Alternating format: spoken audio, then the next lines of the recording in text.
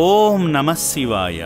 శ్రీ పుణ్యలింగేశ్వర స్వామిగా కొలువై నమ్మిన భక్తుల ఇష్టకామ్యాలు నెరవేర్చుతూ ఇష్టదైవంగా కొనియాడబడుతున్న శ్రీ పుణ్యలింగేశ్వర స్వామిని దర్శించుకునేందుకు హైదరాబాద్ మణికొండ నుండి వచ్చిన కె రంగనాయకమ్మ గారు భక్తి సేవా మార్గాలలో తరించి మొక్కులు చెల్లించుకున్నారు. మాధవ సేవలో భాగంగా శ్రీ పుణ్యలింగేశ్వర స్వామిని దర్శించుకుని స్వామివారికి స్వయంగా జలాభిషేకం చేసి శివయ్య కృపకు పాత్రులయ్యారు. ఓం శ్రీ పుణ్యలింగేశ్వర స్వామినే నమః.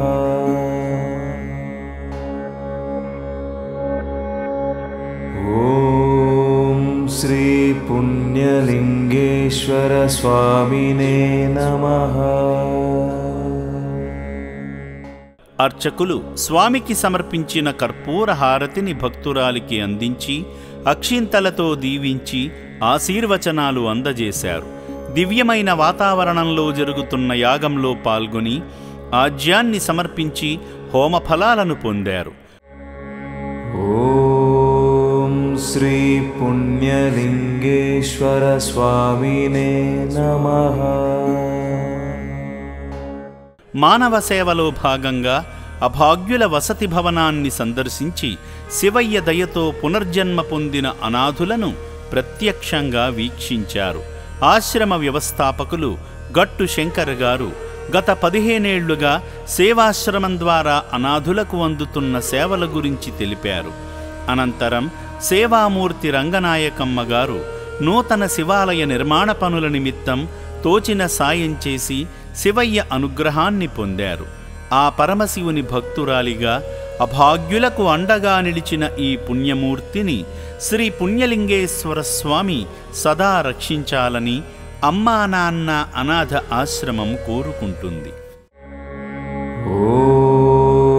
శ్రీ పుణ్యలింగేశ్వర స్వామినే నమః.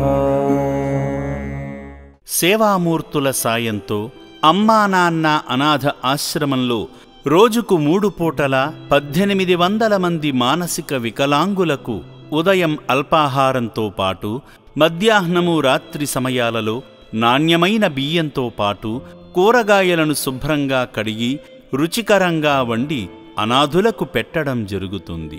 అభాగ్యుల సంరక్షణ కోసం ఆశ్రమ యాజమాన్యం ప్రత్యేక శ్రద్ధ వహిస్తుంటారు. అభాగ్యుల వైద్యశాలలో వైద్యులు అనాథులకు ప్రతిరోజు వైద్య సేవలు అందిస్తూ ఆరోగ్యాన్ని మెరుగుపరుస్తున్నారు. మానవదేవుళ్లారా, ఇప్పటి వరకు ఈ పుణ్యప్రదేశానికి రాలేని భక్తులు కుటుంబ సమేతంగా వచ్చి అద్భుతమైన ఆధ్యాత్మికానుభూతిని సేవానుభూతిని పొంది నా అంటూ ఎవరూ లేని ఈ అభాగ్యుల మనుగడ కోసం నిత్యావసర సరుకులు, వైద్యానికి సంబంధించిన మందులు, పాత బట్టలను వితరణ చేసి ఆదిదేవుని అనుగ్రహంతో మీ జీవితంలో ఉన్నత స్థితికి చేరుకోండి.